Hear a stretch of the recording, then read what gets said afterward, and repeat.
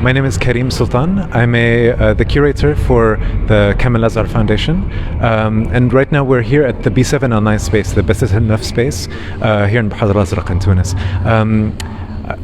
We curated and developed this exhibition around the question of the future. Many people often think of the future as being something that certain people associate it with, for example, science fiction or planning for the future. But for us, we brought together three different people or groups, artists, that look at the future in very different ways. The three that are involved are the contemporary artist Larissa Sansour, who has 3 videos in the space from her science fiction trilogy. And the way she thinks about the future is using science fiction from cinema around the questions of Palestine. And actually that's a theme that goes throughout the entire exhibition. All of the participants that we have are Palestinians. Because for them, the question of the future is answered very, very differently than somebody whose future is let's say, more certain or more concrete. The second group, actually, not an artist, is a publishing platform, sort of a creative platform called Lifta. And Lifta is a collective of artists, architects, writers, poets, people from all over the world of Palestinian origin. And they published a magazine a couple of years ago called Future Palestine, where they asked all of the writers basically to answer the question, what does the future look like?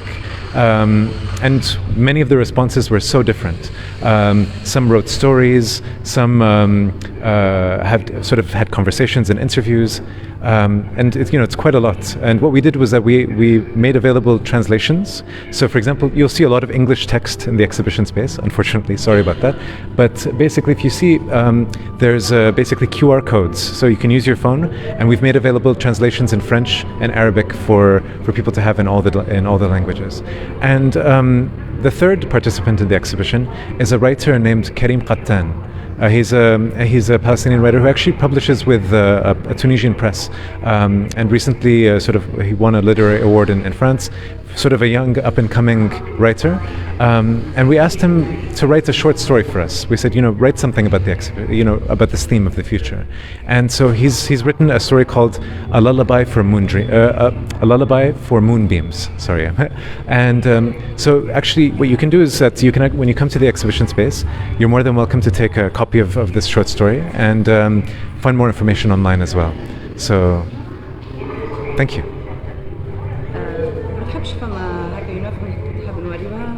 Sure. So basically there's if we walk through, for example, okay. Oh, okay. Sorry. So okay. So what you'll see in the exhibition space is a number of different texts. It's almost as though the magazine, which is the main part of the exhibition, has kind of come to life, has sort of expanded into the exhibition space. So, for example, here behind me is a part of a piece written by Ala Yunus, who's a contemporary artist. Much of her work is very focused on research, very philosophical, and so here's a part of her writing. And we'll sort of take a look around as well. That's possible. So the question of the future actually has many, many different themes, if you want to come follow me. So for example, like as I mentioned, when we think of the future, we might think of architecture or space or these kinds of things. But sometimes the future can be something very simple and very close to home.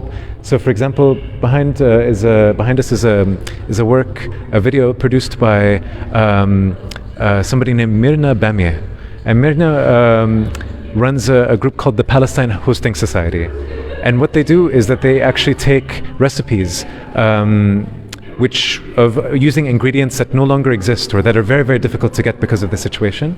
And so what she's done is she's collected these recipes, these family recipes. She's found people who remember them, wrote them down, and pass them along, because in many ways the future isn't something very big and grand. Sometimes it can just be teaching your for example, your daughter or your son or your cousin or whatever it is, a recipe, keeping the memory alive in a way. So the future is actually something that's much more simple. It's keeping the language, keeping a recipe, a food that can be considered futuristic in a way. So yeah, there's so many different things to talk about that we can go into. Another interesting example, actually.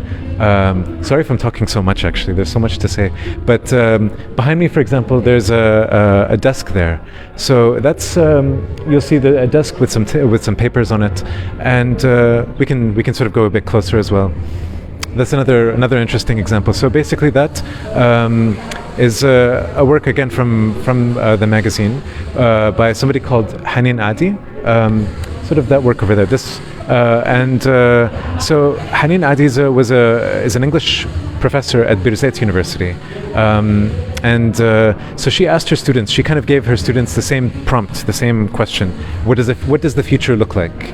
And what she found was actually people came with so many different ideas and so many different answers. Some were very dark, very kind of critical and very kind of quite dark. Some were talking about education and about the importance of education. So even this question of what does the future look like, I'm sure here in Tunis as well, if you ask people what does the future look like, you'll get so many different answers. And it's actually a very interesting way to learn about what people sort of believe in, what ideas they have. And it's a very creative question. Because the future doesn't exist. We create the future in a way. So that was something for us in this exhibition. Was sometimes the visions of the future conflict with one another. They're tense with each other. But we wanted to give space in a way, to create a space for Larissa Sansour, for Lifta, and for Karim Sultan to basically express their idea, to sort of take the space and say, this is my idea of what the future is, and this is what I think. So, yeah. Aisha, thank you so much.